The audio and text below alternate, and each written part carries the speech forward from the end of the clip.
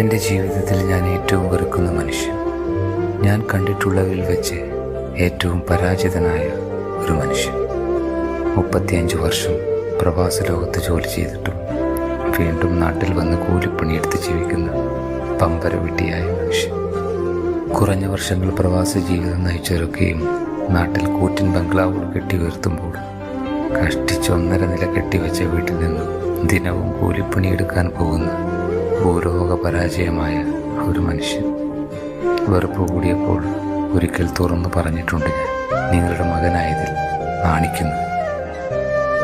കൂട്ടുകാരൻ ഏർപ്പെടുത്തിയ വിസ കയ്യിൽ പിടിച്ച് എല്ലാവരോടും യാത്ര ചോദിക്കുമ്പോഴും ഉള്ളു നിറയെ ആ മനുഷ്യന് എങ്ങനെയാണ് കാശുണ്ടാക്കേണ്ടതെന്ന് കാണിച്ചു കൊടുക്കണം എന്ന് മാത്രമായിരുന്നു.